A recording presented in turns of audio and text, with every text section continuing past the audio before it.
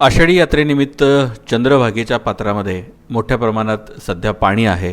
भाविक भक्तही पंढरपुरात दाखल व्हायला सुरुवात झालेली आहे. मोठ्या प्रमाणात सर्व बाजूंनी वारकरी पंढरपुरात येत आहेत. पंढरपूरच्या विठ्ठलाचं दर्शन घेऊन चंद्रभागेत स्नान करत आहेत आणि ही काही क्षणचित्र आम्ही आपल्यापर्यंत पोहोचवतोय जेणेकरून रेलचेल सुरू झालेली आहे. वारकरी संप्रदायाच्या वेगवेगळ्या दिंड्या पंढरपुरात यायला सुरुवात झालेला आहे.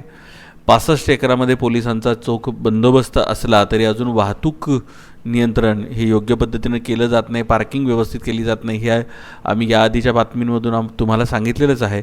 पण याशिवाय प्रशासनानं तयारी जय्यत जरी केली असली तरी याकडं लक्ष दिलं पाहिजे, याच्यावरती नियंत्रण असलं पाहिजे.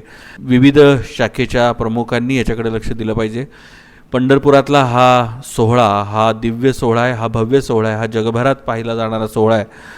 तर इथल्या येणाऱ्या वारकऱ्यांना सुखसुविधा मिळाव्यात यासाठी प्रशासनानं ही जय्यत तयारी केली आहे. नदीपात्रात पाणीही मोठ्या प्रमाणात आहे आणि वारकरीही मोठ्या प्रमाणात आता येत आहेत पंढरपुरात. तर ही काही क्षणचित्र जेणेकरून पंढरपुरातला हा सोहळा रम्य होतो आहे, फुलायला सुरुवात झाला आहे असं म्हणायला हरकत नाही. आणि हे भक्तिमय वातावरण येणाऱ्या आषाढी वारीपर्यंत आपल्याला उत्कटतेनं पाहायला मिळेल. स्वराज्य माझाच्या माध्यमातून या सगळ्या बातम्या आपण पाहणार आहात. ह्या छोट्या छोट्या काही महत्त्वाच्या गोष्टी आहेत ज्याच्याकडे प्रशासनानं लक्ष देणं जरी गरजेचं असलं तरी नागरिकांनीसुद्धा काही गोष्टींची काळजी घ्यायची आहे. नागरिकांनीसुद्धा स्वतःला सुरक्षित ठेवायचं आहे या सगळ्या गोष्टींमधून आणि या वारीचा आपण सर्वांनी मिळून आनंद घ्यायचा आहे. ही वारी फुलतीये याबद्दलची ही क्षणचित्र आपण पहा स्वराज्य माझावरती.